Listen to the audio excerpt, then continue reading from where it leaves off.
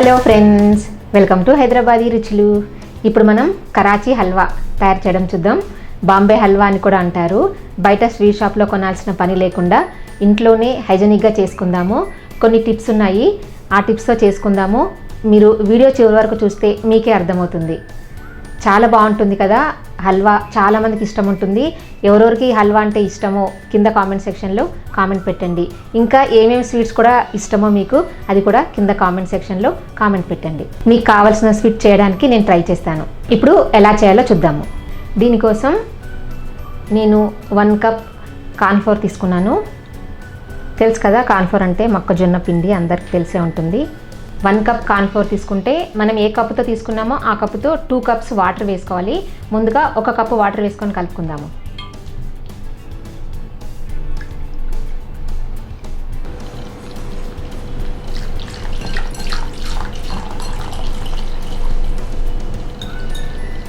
Lumps ఏమీ లేకుండా కలుపుకోవాలి.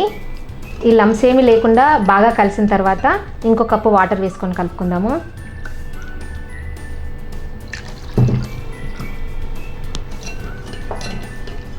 ఇప్పుడు దీన్ని పక్కన పెట్టి షుగర్ సిరప్ ప్రిపేర్ చేసుకుందాము. షుగర్ సిరప్ చేయడానికి మనం ప్యాన్ పెట్టుకుని దీంట్లో 2 కప్స్ షుగర్ వేసుకోవాలి. అంటే మనం 1 కప్ కార్న్ఫ్లోర్ వేసుకున్నాం కదా, దానికి 2 కప్స్ షుగర్ వేసుకోవాలి. ఇప్పుడు దీంట్లో 1.5 కప్ వాటర్ వేసుకోవాలి.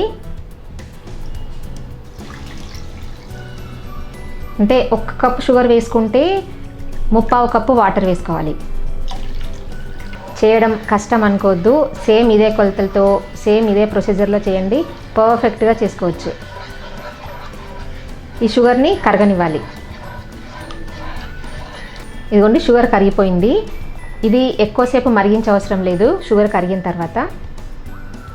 ఇప్పుడు దీంట్లో మనం కలిపి పెట్టుకున్నాం కదా కార్న్ఫ్లోర్, అది ఒకసారి కలుపుకొని వేసుకోవాలి, లేదంటే కార్న్ఫ్లోర్ అడుగుపోతుంది.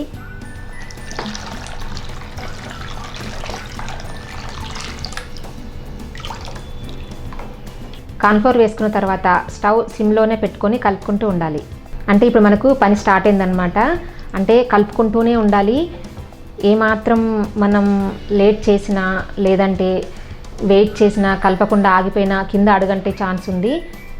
కొంచెం ఓపికనే ఉండాలి మనం ఇది చేసుకోవడానికి. ఇది చిక్కబడే వరకు కలుపుకుంటూనే ఉండాలి. మనం సరిగ్గా కలపకుండా హై ఫ్లేమ్లో చేసామనుకోండి ముద్ద ముద్దగా వస్తుంది హల్వా.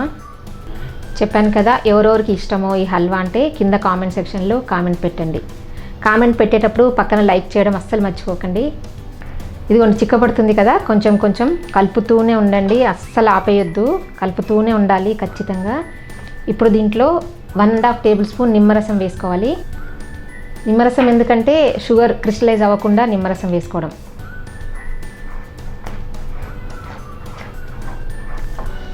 ఇదిగోండి, దగ్గరికి వస్తుంది కదా. ఇప్పుడు దీంట్లో మనం నెయ్యి వేసుకోవాలి. ముందుగా 1 టేబుల్ స్పూన్ వేసుకుంటున్నాను. నెయ్యితోనే టేస్ట్ ఉంటుందండి ఈ హల్వా.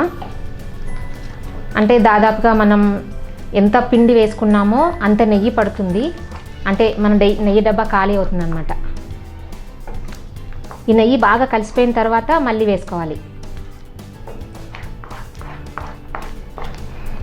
నెయ్యి కలిసిపోయింది కదా, మళ్ళీ ఇంకా కొంచెం వేసుకుందాం.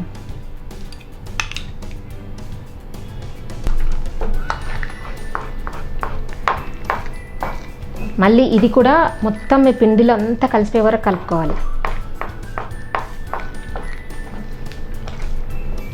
చూసారా, ఇది ట్రాన్స్పరెంట్ అవుతుంది. ఇందాక మనం పిండి కలిపినప్పుడు వైట్గా ఉంది కదా, ఇప్పుడు ట్రాన్స్పరెంట్ అవుతుంది.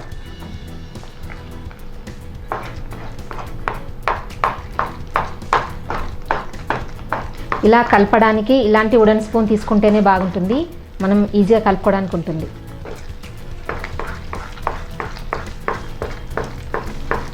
మనం కావాలనుకుంటే ఇలాగే ఉంచుకోవచ్చు, లేదు అంటే మనకు కావాల్సిన కలర్ వేసుకోవచ్చు. ఎల్లో కానీ, గ్రీన్ కానీ, ఆరెంజ్ కానీ, రెడ్ కానీ. నేను మాత్రం దీంట్లో రెడ్ ఫుడ్ కలర్ వేసుకుంటున్నాను.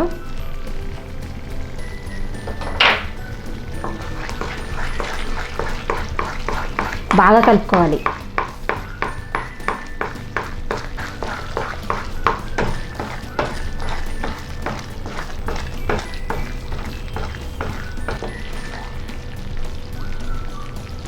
ఇదిగోండి బాగా దగ్గరకు వచ్చేసింది చూసారా. ఏ మాత్రం ఆపినా కింద అడగంటిపోతుంది. ఇది దాదాపుగా 40 to 45 minutes పడుతుంది టోటల్ కావడానికి. ఇది చూడండి నెయ్యి కూడా పైకి తేలుతుంది కొంచెం కొంచెం. ఇది ఎప్పుడు ఆఫ్ చేయాలో చూడాలంటే మనం చేత్తో పట్టుకొని చిన్న బాల్ లాగా చేసుకోవచ్చు. లేదు అంటే ఇది ఒక ప్లేట్లో వేసుకున్నా మీకు ఇది ముద్దలాగా తయారైపోతుంది. ఇదిగో ఇలాగా ముద్దలాగా అంటే ఒక బాల్ లాగా ప్రిపేర్ అవుతుంది చూసారా. ఇప్పుడు ఇలా వచ్చే వరకు చేసుకోవాలి. మనకు అర్థమైపోతుంది. ఇదిగోండి ఇలా వచ్చే వరకు మనం కలుపుకుంటూనే ఉండాలి. 1/2 teaspoon ఇలాచీ పౌడర్. మన ఇష్టమున్న డ్రై ఫ్రూట్స్ కానీ నట్స్ కానీ ఏమైనా వేసుకోవచ్చు.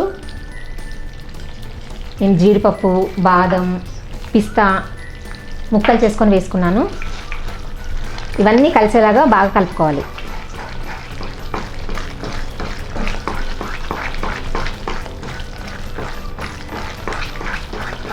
ఇప్పుడు చూపించాను కదా, అలా మనకి రౌండ్ బాల్స్ లాగా తయారయ్యే వరకు చేసుకోవాలి. కొంచెం ఓపికతోనే చేసుకోవాలి, లేదంటే ఇవి మనం కట్ చేసుకోవడానికి రాదు, స్పూన్తో తినాల్సి వస్తుంది. ఇలా తయారైన తర్వాత నెయ్యి రాసిన బౌల్లో వేసుకోవాలి. ఒక బౌల్కి నెయ్యి రాసుకుందాము.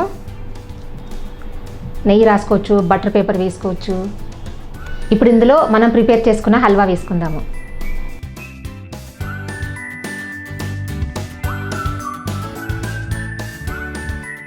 ఇదిగోండి ఇలాగా మనం బౌల్లో వేసుకున్నప్పుడు ఒకేసారి పడిపోయింది కదా, మళ్ళీ మనం ఏమి స్పూన్తో లాగక్కర్లేకుండా అంటే మనకి హల్వా పర్ఫెక్ట్గా ప్రిపేర్ అయిపోయింది. ఇంకా పైనుంచి ఇంకా కొన్ని నట్స్తో మనం గార్నిష్ చేసుకుందాము.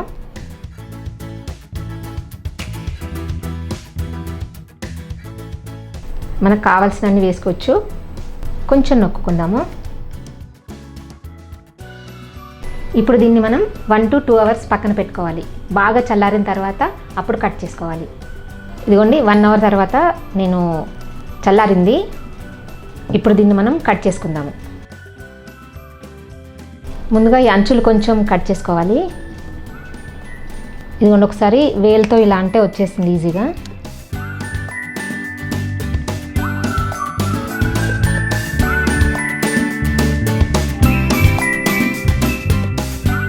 మనకు కావాల్సిన సైజులో పీసెస్ కట్ చేసుకోవచ్చు. చూడండి ఎంత బాగా కట్ అవుతున్నాయో.